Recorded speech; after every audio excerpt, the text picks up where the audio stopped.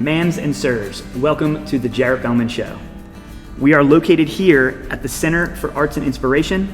My goal is to assist you in your personal and professional growth by talking to community guests like our guest today, Jim Smeaton. This episode is brought to you by Pro 16 Productions. Pro 16 Productions combines experience, passion, and innovation to capture the essence of your projects. Jim Smeaton is the president and owner of Always Best Care Senior Services. He has spent 30 years in corporate America in sales, marketing, and customer service, people-facing, but has owned Always Best Care for the last 9 years. 9 years, that's right. He is a husband to Ann, a father to 3 boys, and has recently added a grandbaby to the family. So, a grandbaby. Yeah. How's that going? It's going pretty good. It's only been a month now. I've been up there twice. You know, it's a 5-hour drive away, and it's a long 5 hours when you're waiting to see that. But it's been great. Looking forward to the future. That's awesome. So what's the biggest difference between fatherhood and grandfatherhood? You know, it's weird. I guess you can give them back, you know? Yeah. And what I'm really looking forward to is down the road, watching my kids parent. You know, kind of the way I looked at my dad and his reactions to the way I was parenting and some of the snarky little comments he would make. You know, I guess I'm looking forward to being on the other side of that. Yeah, you're going to be the perfect parent now, right? Yeah. That's great. That's great. So it'll be fun. Exciting stuff. Yeah, it is. It very is. So just a couple rapid fire questions. We're going to hit you up. What is probably the most influential book you've read in the last 6 months? Oh boy, a guy named Jesse Cole wrote a book called Find Your Yellow Tux. Yeah, great book. Great book. It's all about being different, you know, and it's like, you know, if it's normal, do the opposite type of thing. And it sounds a little radical in some cases, but I'm not sure, you know, there's anything more impressionable that I've read that says, you know, you got to be different. And I've always been about that. You know, what can we do to be different with regards to our services, the way we treat our people and so forth? Because it's easy to just do the same old, same old. Right. So, and the book is a lot about that. Yeah, and they have a great culture with the Savannah Bananas. They really do. Yeah, they really do. Fans first is their motto. Exactly. Their fans are their clients, and I've always been as you mentioned earlier, I got a big customer service background, and you know, at the end of the day, without them, you got nothing. Right. We're not in business. Exactly right. Yeah, that really not running a nonprofit here, you know. Yeah. So, what is one thing that you've said no to in the last 6 months? Oh boy, you know, an occasional idea, you know, that comes across the office. I love talking to our staff about, okay, what do we need to do? What kind of ideas you have? And sometimes they just don't pan out. But let's not stop feeding the list of ideas, right? Because some of them work, some of them don't. So you know, I've got a great team, and they're always coming to me with ideas. So every once in a while, you have to say no to something. Right. Can't do it all. Can't be everything to everybody. That's right. That is a good point there. So 9 years in business. Mm-hmm.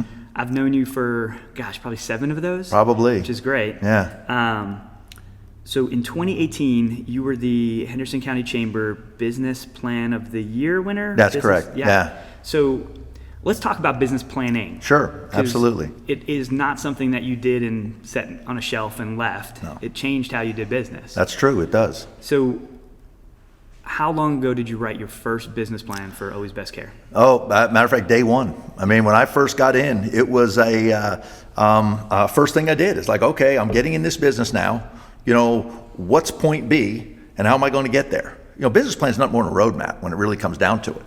And you've really got to think through what are the obstacles going to be? You know, where do I want to get, and how's the best way for me to get there? So, I mean, I literally did that day one before I even opened the doors, you know, because, you know, part of that planning process and figuring out what I wanted to do after I left corporate America was, okay, what do I want to do, and how am I going to make sense out of it and make it work? And that was all part of an initial business plan, and I write one every year. Right. You know, right from scratch. Even though I'm 9 years in, people are kind of like, you still write a business plan? I mean, you should be on cruise control right now. You're never on cruise control.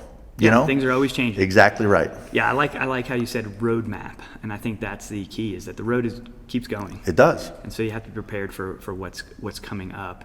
And you can only see so far, but you have to prepare for what you can't see. That's true. You know, it's cracked. You know, now in this day and age, it's all about GPS. Yeah. And it's, you know, you're just looking at the next turn. But the one thing I don't like about that is you don't see point B 400 or 500 miles away. So I still carry maps in my car because I want to see the whole picture. That's what a business plan is. Right. You know, at the end of, you know, page 10, for example, is point B. but it's between page 1 and 10 is all the in-between points. Yeah. That you got to make sure you're hitting or you're never going to get there. That's right. So what do you think those main points that you look to have in your business plan? At the end of the day, I break it into 2 sections. And the first one's really sales and marketing. Because at the end of the day, without clients, without customers, nothing else matters. So, okay, what are we going to do to increase that top line, which is really what it is, the sales number. And then from an operational standpoint, A to Z, what do we need to do to get there? In terms of, in our business, scheduling, recruiting people, the products and services we're going to have to be different, that we're going to take to market or to deal with our existing clientele.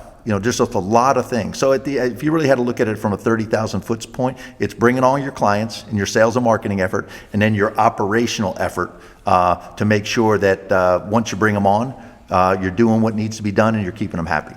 Yeah. So how do those two tie in together? Because you could easily separate them, right? But very much so. But they do work together also. So how are you integrating sales and marketing with your daily operations? We have a weekly sales meeting or operational meeting, staff meeting, if you will, that basically ties them all together.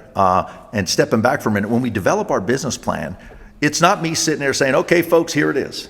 We sit around starting in October and say, okay, here's what this year's looking like. Here's what worked. Here's what didn't work. And here's what I'm thinking we should be able to do next year. And that's my 30,000 foot number. And then it's a matter of sitting back saying, okay, I ask each one of our staff members to say, okay, from your point of view within the organization, whether it be sales and marketing, client service, recruiting, scheduling, whatever it is, what's working within your world and what's not. And based on what you see across, the lines, what's working and what's not working. And then we sit around and say, okay, here's where I'd like to go. Can we get there? Because at the end of the day in and day out, they're going to be the ones getting it done. Yeah. So it's our plan. We create the business plan as a team. And then, these weekly meetings that I mentioned, we're sitting back saying, okay, how are we doing? Right. How are we doing here, and here? And what's broke that needs to be fixed? What's going good that we need to be doing more of, and so forth. Because I just don't want to sit back and say, okay, here's the plan, put it in the file. On December 31st, we'll take a look back and see how we did. You got to be looking at all those in-between points. That's great. So you're actively going to your staff and asking them to punch holes in what's going on and in the processes. Exactly and ask for right. feedback. And then the major points of our business plan, each of them has what we call rocks, which are basically quarterly goals. Each of them has 1 to 2, and they're the big ticket items, in the business plan that pertain to their area of it that we're trying to get accomplished, whether it being introducing a new product or, hitting a key metric or developing a new process or procedure and so forth. So everybody's got those key goals relative to their piece, and we sit around every week and talk about it. And if someone's falling back a little bit, hey, what can we do to help? Type of deal. Because at the end of the day, the business plan, everybody's got to take ownership. We're not a big major corporation. Right. And we got 7 or 8 people in the office, and so you got the pie divided up into 7 or 8 sections. Everybody's got to be able to take ownership of their piece of it. And not only that, you have to have people that are willing and able and wanting to take ownership. Yeah, that's their a big piece. So do you feel that approaching your staff in that manner does empower them? they like being involved. Yeah. I don't think anybody really wants to, never say never, but Right. I think most people like ownership, and they like to be included, and they like to feel that, oh man, I got a piece of this. This is great. Yeah. And at least those are the kind of people I want. You Right. know, That's who you're hiring. Yeah. And if you get the right people, boy, it makes life a whole lot easier because they see point B just like I do, and they want to take ownership to their area of responsibility to help the team get there. Yeah. It's a powerful way to do business. So you're setting the big rocks, as you said. How are you breaking those down into the minutia of day to day? Yeah. Well, another thing we have is as part of our weekly staff meeting, we have what we call our scorecard, and it's the metrics, the micro metrics type of thing. Yeah. Like, have we hit our sales? Now we're talking about bringing X numbers of new hours on, or X number of new clients on a week, hiring X number of new care staff, keeping our unbillable hours to a minimum, or unfunded overtime. So we have things broken down into metrics, very measurable and objective metrics that we look at that scorecard every week. And some of them are sales, some are operations, some are recruiting, and then there's the financial ones. So everybody knows what's going on. That's awesome. So if someone was looking to just get started, right? I don't have a business plan today, but I want one tomorrow. Right. What's step one? Bottom line is you got to look at it and say, okay, what you got to know, what business are you really in? At the end of the day, people say, oh, you're in a home care business. Yeah, well, what's that mean? I'm in the caring business and the quality of life business. And it's kind of like Nike. They say, are they in the shoe business? No. That's not it. Disney's not in the cartoon business or in the entertainment business. The Savannah Bananas, they're not in the baseball business. Right. They're in the fun business type of thing. So what are you in? And then what are you going to do to be different? And that tends to be kind of high level, but then you got to break it down into, okay, what's step one? What's step two? It can be overwhelming keeping that 30,000 foot view in front of you. It's kind of like walking into a place that has a huge staircase. And you're like, oh my gosh, that's big. Take the first step. Yeah, take the second step. Take the third step. It's not so you just got to be able to break it down enough where you can make them manageable. Because it can be real overwhelming looking at a big picture. Yeah. So I'd say just take it and break it down. Sales, break down the details, and it doesn't have to be pages and pages, but pick the 3 or 4 or 5 things.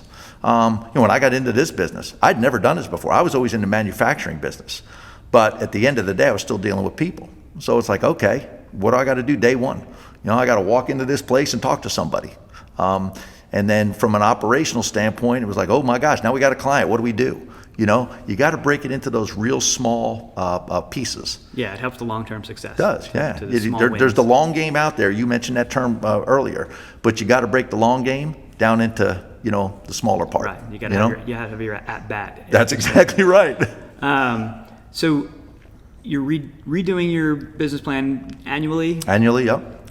Is there a 3 to 5 year goal? Is there a 10-year goal? Yeah, we have a company vision. Yeah, at the end of the day, and I'll tell you, we got a financial goal that says, okay, in 3 to 5 years, here's where we want to be. But we also break it down in terms of kind of it's more of a subjective thing. But really what we want to do, I want to be the go-to home care agency in Western North Carolina, And on the other side of it, I want to be the employer of choice for caregivers in Western. If you want to be in the home care business, or if you're a CNA I want you coming to me. Yeah. Instead of the other guys. So I want to be from a client perspective, I want to be the go-to. When I need home care, I want to go to Always Best Care. And from a client or the caregiver or staff standpoint, I want to be the employer of choice. And that's great. But then the business plan is, okay, how we do that. Right. That's the detail. So your business plan is really servicing your mission and vision of the future. Exactly. And your mission and vision is not to make a ton of money. Not in this business. It's right. But it is to be a part of the community and servicing those in need. Exactly. But also your employees are part of the community, and you have a vision to take care of them. And it sounds like your business plan is breaking that down. And if you're successful in that, you should be successful in business. And that's the thing. If we are successful in that, the financial side of it will take care of itself. And then the whole staff can participate and, in that. Yeah. And the reward. That's excellent. So what are some resources that you've used in the past to help you dig into, become more educated on business planning? Chamber's been invaluable. It's at the end of the day, we're in the people business. And I don't care what business you're in. I think everybody's in the people business. People are dealing with people. At the end of the day, that's the way it works. Since I'm not in manufacturing anymore and we're really in the people business, we're constantly doing that. In the home care business, which is what we do, not many people, when they see mom or dad need some help, are going to go blindly into the yellow pages, which kind of dates me. Actually, they Google it nowadays, and say, okay, just go take care of mom or dad. They want a referral. I'm having someone come in the house to take care of mom or dad. That's right. So they want a warm referral. So we need to be out in the community or in the healthcare organizations like the nursing homes and the hospitals and the doctors, developing these relationships so that when these folks see a need, they have enough confidence in us to recommend us. You know what I mean? Yeah. So, it's people dealing with people. And so we're out there not only in the clinical world, the healthcare world, but there's a lot of our clients that come from, they just realize they're slowing down. They haven't had a medical issue.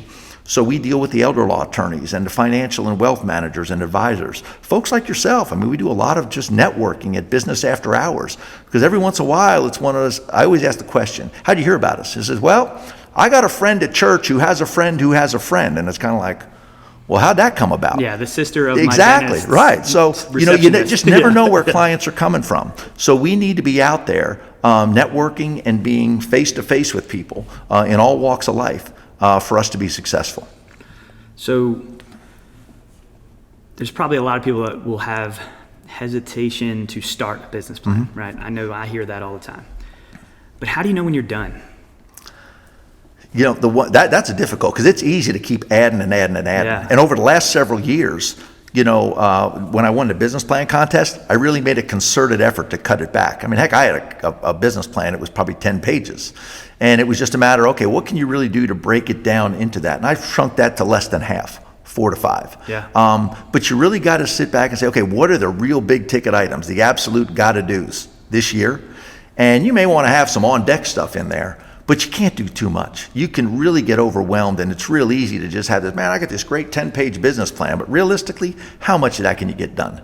You just got to really step back every once in a while, and one of the things I did is, okay, here's 10 pages.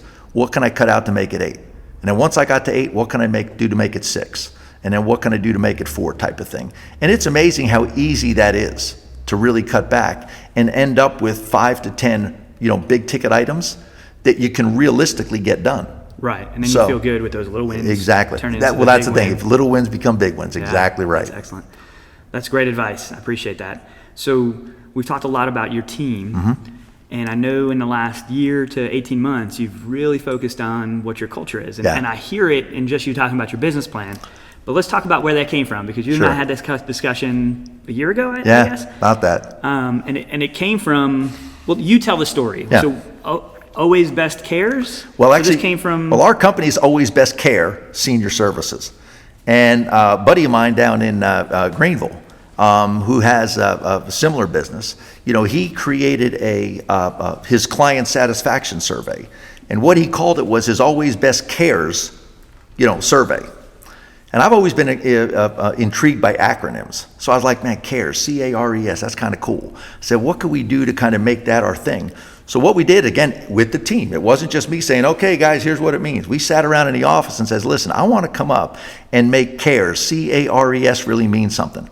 And what the intent was is we wanted so that we could look at this on the wall, which is where it is now, and say that Always Best Cares, this is what it means. And C means compassionate, A is accountable, R is responsive, E is empathetic, and S is supportive.